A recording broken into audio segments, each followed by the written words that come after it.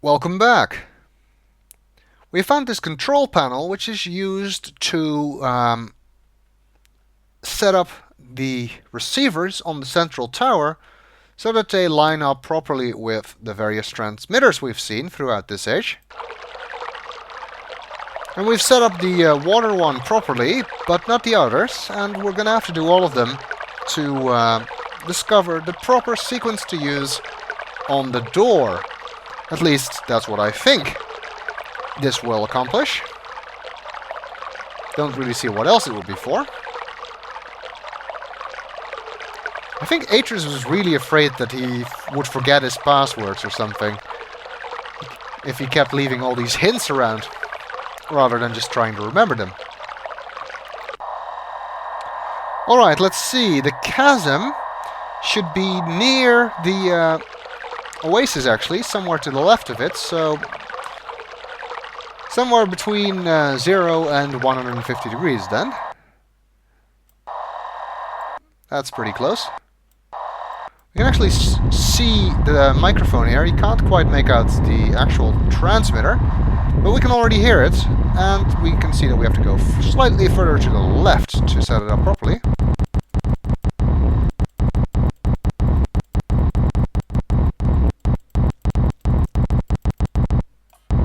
That's too far. Ah, there we go. 130.3 degrees is the proper direction for the chasm. Alright, the clock then. Well, the clock is once again to the left of the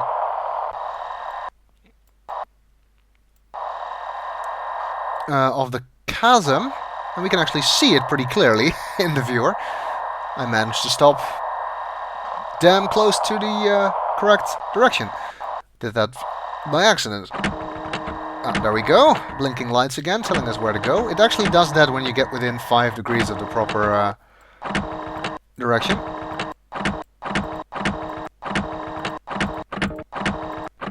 There we go. 55.6 is the clock set up properly. Then the stone forest, which again, if you look at the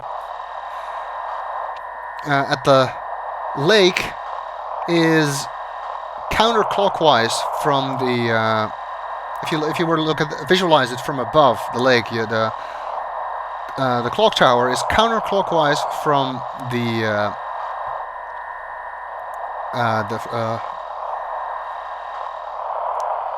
sorry, from the chasm. Forgot what I was talking about for a second.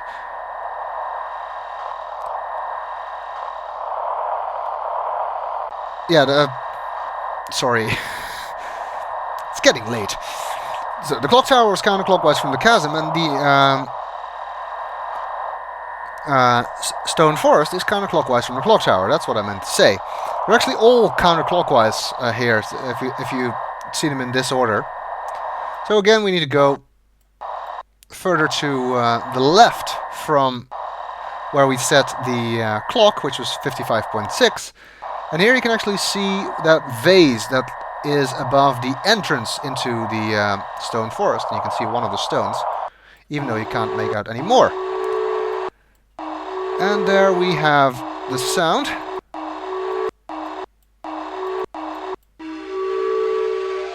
There we go, exactly 15 degrees. Now the last one, I guess we don't technically need to set it up, because, well, we know if we use the Sigma button now, we would know that the one spot that doesn't work is supposed to be the wind tunnel. But for completeness sake, let's do it anyway. Which again is further counterclockwise from the stone forest, so further to the left. And since you can already see the vase there, I guess we need to go left from here. I don't want to overshoot it, so sort of trying to prevent it from going into turbo mode here. Ah, there we go. I swear I'm not actually good at this, I just keep landing at the proper spots by accident. This one is pretty easy to see though, because it's fairly close.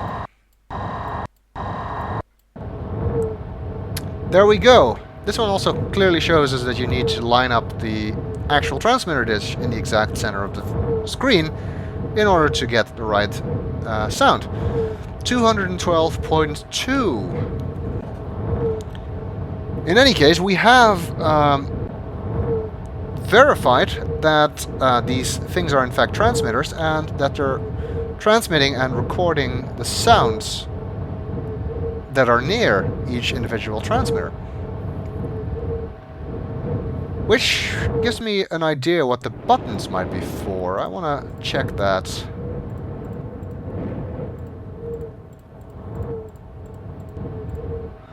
If we turn this off, I wonder. Go back up. Yes, now we don't have any sound anymore for this one. So the buttons actually turn on the microphones, or possibly the transmitters, one of the two, or both. So if we hadn't been turning them on as we were going along, we wouldn't have heard anything at the control panel here, which would have made it very difficult to figure out what you're supposed to do with it, since it wouldn't have made any sound. Anyway, with all of them turned on and set to the correct directions, let's use the Sigma button again to see what the sequence is.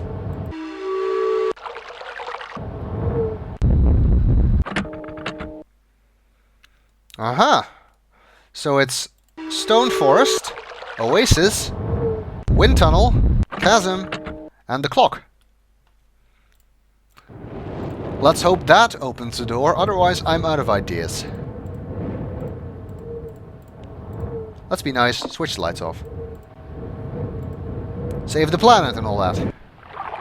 Whichever planet we happen to be on.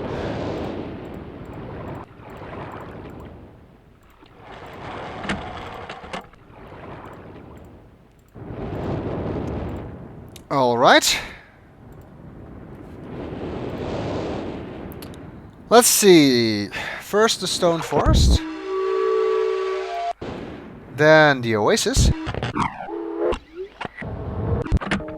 Oh wait, that's all the way at the bottom. Then the sound of the wind. That's the top one. Damn, I suck. The Chasm, and finally the clock. Let's see if that is more successful at opening this door.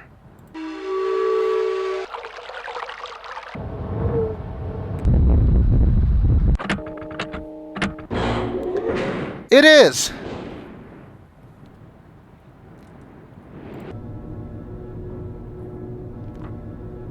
What is behind it? I see we're going quite a distance underground. So that makes this the entrance to the cave system that Atreus describes, I guess. He's done a lot of work here. Built walls. I'm not sure if this is carved in the rock or if it's actually metal. It looks like metal. Now you may remember how much of a fuss I made about Cirrus being able to build all the stuff we saw him build in Myst 4. If you've seen me seen that Let's Play, I did. While here we see Atreus build an equally impressive amount of stuff, but the simple fact of the matter is, I'm much more inclined to forgive this game because, well, for one thing, the journal actually mentions that this age was rich in resources and that he had to bring special tools from other ages to do this, and because we know that he did actually also visit ages with inhabitants and had his sons potentially to help him. He didn't necessarily have to do all of this alone, so that's why I'm much more inclined to give this game the benefit of the doubt as far as all of the stuff that Atreus was building goes than I was in Myst 4. And what do we have here? Looks like some kind of submarine. Are we going underwater? I don't know. You can actually walk around the submarine, which is kind of neat. Hard to see, but you can actually see that it... the base of this device has something that seems to be made for some kind of track, so I guess it's not the... not actually a submarine, but something that runs on rails, like a train. Take a look at the device from multiple angles by walking around it. You can't actually find anything else here, though. Still, it's kind of neat that you can do that.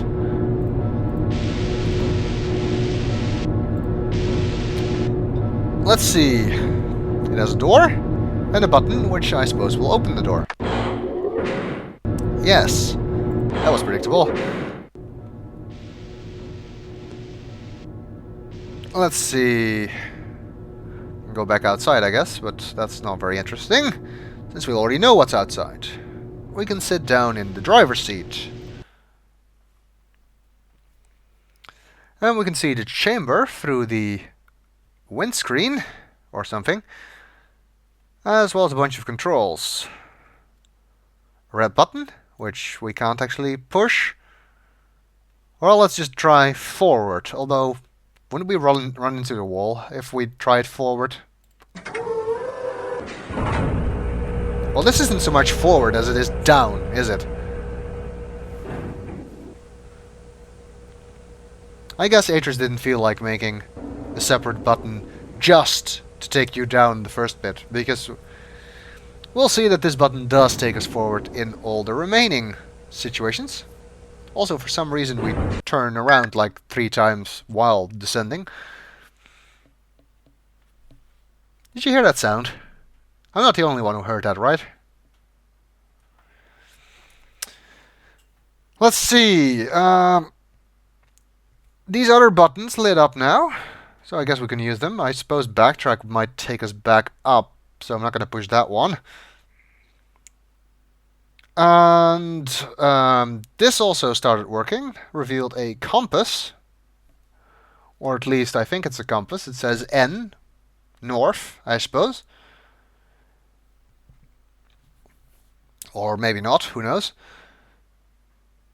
Let's see if the red button does anything now. Yes. Replays that sound. That doesn't seem very useful. Although, considering everything in this age is about sound, that has to be significant somehow.